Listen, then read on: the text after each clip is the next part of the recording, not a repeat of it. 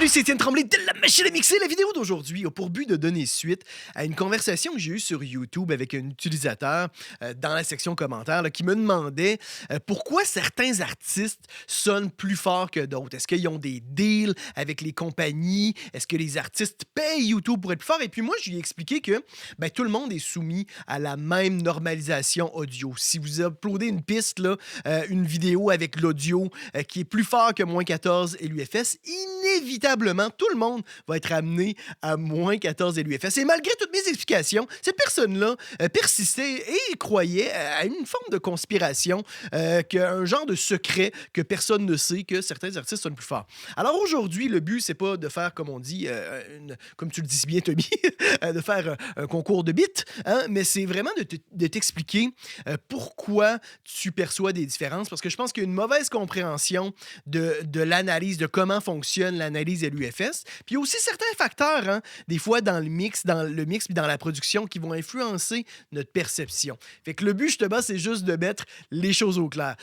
La première chose, c'est que je lui ai demandé comment tu fonctionnes. En fait, c'est plutôt lui qui m'a dit qu'il téléchargeait directement les pistes de YouTube, parce que sur n'importe quel navigateur, sur Firefox, on peut télécharger une extension qui nous permet de télécharger en MP3 l'audio de n'importe quelle vidéo. Puis ça, quand vous faites ça, c'est l'audio original. Il n'y aura pas la normalisation audio LUFS. Hein. Ça, c'est la première chose. C'est vraiment le lecteur YouTube, qu'on soit sur un navigateur, sur l'application, qui va ramener le volume à moins 14 LUFS. Et là, je lui ai demandé, quel artiste trouves-tu qui sonne plus fort? Parce que la meilleure façon, c'est de t'illustrer ça avec un artiste que toi, tu trouves qui est plus fort. Fait que là, il m'a mentionné la pièce Disco Maghreb de DJ Snake. Je suis allé sur YouTube, on met le volume du player au maximum. Je m'assure que dans mes settings sur Windows, tous les volumes soient au maximum. Il n'y a pas de réduction, puis il n'y a pas non plus de boost, là, de volume qui soit fait. Et là, je vais aller dans mon Total Mix. Et Total Mix me permet... Vous voyez, là, ça, c'est mon YouTube qui sort par Analog 1.2. Je peux faire sortir ça par n'importe quelle sortie qui est non utilisée, dans ce cas-ci, à date 3.4. Et j'ai la fonction Loopback qui ramène ça dans l'entrée. Il n'y a absolument rien non plus de connecté dans mon ADAT 3.4. Mais ça me permet d'aller dans Cubase. Et comme vous voyez, dans Cubase, j'ai mon ADAT 3.4, j'ai de l'input. Et ça me permet d'enregistrer ce qui joue de YouTube comme si les deux étaient connectés. Fait que j'ai aucun boost, j'ai aucune perte de volume. C'est vraiment le volume de YouTube. Et pour être certain, évidemment, que mon protocole fonctionne bien, que ma méthode soit efficace, soit scientifique, j'ai fait ça aussi avec Bruno Mars puis avec une de mes tracks. Et j'avais les mêmes résultats vraiment partout. Fait qu'on va vraiment se concentrer sur la piste de Disco Maghreb. Alors, premièrement, la première chose que j'ai faite, c'est d'analyser la piste de Disco Maghreb. Fait qu'on va dans Audio, on va dans Statistics, et puis là, on va avoir une analyse du volume LUFS. Et comme on voit, on a moins 14 LUFS. C'est straight pâle. Et puis ça, dans tous les tests que j'ai faits, c'est toujours exactement à moins 14 LUFS. Il n'y a pas 0.1 dB de plus, 0.1 dB de moins. Tout le monde est à moins 14 LUFS.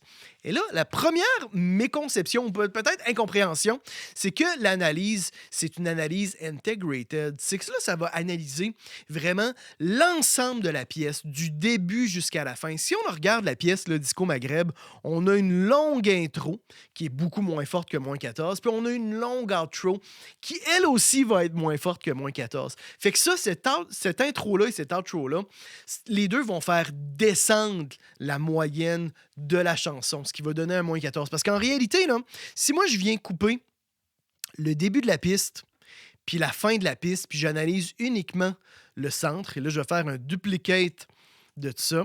Je vais venir je vais bouncer l'audio pour que ça crée une nouvelle piste avec ça. Et là, moi, si je viens analyser ce core-là, on va se rendre compte qu'en réalité, là, le centre est plus fort. Vous voyez, on est à moins 13.4 LUFS. Fait qu'on a déjà 0.6 dB de plus dans le fond, la passage où on a de la musique, parce que le reste, c'est comme des longues intros, outros qui fit avec la vidéo. Fait que ça, c'est un des trucs que les gens vont faire dans les vidéos pour avoir un volume, pour que la musique sonne plus forte, c'est qu'on vient rajouter une longue intro, une longue outro à la vidéo, et encore une fois, ça fait descendre la moyenne. Fait que ça, c'est une première chose. La deuxième chose, c'est que si on écoute les arrangements de Disco Maghreb, puis là, je ne la ferai pas jouer parce que j'ai pas le goût que ma vidéo soit bloquée par YouTube, là. Mais dans les arrangements de Disco Maghreb, là, il n'y a pas de ligne de basse. Il y a uniquement une section rythmique, il y a des instruments harmoniques, il y a une voix, mais il n'y a pas de ligne de basse. Et ça, la ligne de basse, ça amène de l'énergie qui, oui, va faire monter la moyenne et l'UFS. Fait que là, il y a ce qu'on appelle dit acoustic advantage. Fait que, en bon français, l'avantage acoustique, là, pour une mauvaise traduction, là, mais c'est que moins une piste va avoir des arrangements qui vont être touffus, plus les arrangements sont épurés, puis plus généralement, ça va être facile de faire une chanson qui va nous donner l'impression qui est forte en volume. Parce que l'analyse LUFS, hein, c'est pas une analyse qui est ultime, qui est parfaite. Ça va être évidemment influencé par différents facteurs, l'énergie, le sustain. Puis à volume LUFS égaux, deux pistes peuvent avoir, oui, effectivement, une différence de perception de volume qui vont être différentes. Parce qu'il va y avoir une piste qui va préconiser des instruments dans les mids. Puis, ben, c'est quand même bien mixé à la chanson de Disco Maghreb. Il y a un très bon rapport entre la dynamique, le punch, le sustain. Ça aussi, si une piste est beaucoup trop compressée, ben là, on n'a plus de dynamique. Ça va nous donner l'impression que c'est moins fort parce qu'il va y avoir beaucoup d'énergie, mais pas assez de modulation de volume. Puis, au contraire, s'il y a trop de transients, ben là, on va manquer de rondeur puis d'énergie sonore. Fait qu'il y a un juste milieu qui est quand même bien trouvé. Il y a une bonne utilisation de la saturation, de la distorsion. Il y a un contenu harmonique qui est assez riche. Les instruments dans les mids sont vraiment mis à l'avant-plan. Fait que oui, ça pop-up. Et encore une fois, on n'a pas de ligne de base qui vient monter la moyenne LUFS. Fait que dans tout ça, oui, ça peut arriver qu'à volume LUFS similaire, puis là je me répète, là, on va avoir des différences de perception. Fait qu'il n'y a pas de conspiration. Continue, Tommy, à télécharger comme ça des références, puis essaye de faire un truc similaire. Puis là, ben, encore une fois, tu peux t'inspirer aussi des arrangements, puis essayer de faire peut-être des arrangements un peu plus épurés. Et toi aussi, si tu fais une vidéo sur YouTube, tu peux rajouter une longue intro qui va être moins forte en volume, puis une longue outro, puis tu vas aller gagner quelques points de dB de plus dans le volume général. Fait que voilà, j'espère, Tommy, que ça illustre bien les points que j'avais mentionnés là, en commentaire. J'espère que cette fois-ci, tu me crois et qu'il n'y a pas de conspiration.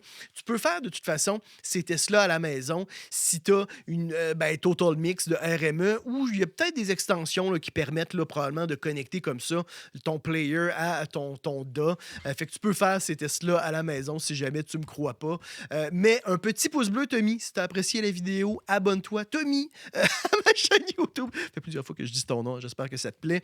Et puis, ben, dans tous les cas, les amis, on se retrouve la semaine prochaine. Puis avant de terminer, là, si jamais vous avez comme ça d'autres conspirations, d'autres questions que vous trouvez vraiment weird puis obscures, écrivez-moi ça dans la section commentaires. Ça va me faire un grand plaisir de faire une vidéo là-dessus. On se retrouve la semaine prochaine. C'était Étienne Tremblay pour La Machine à mixer.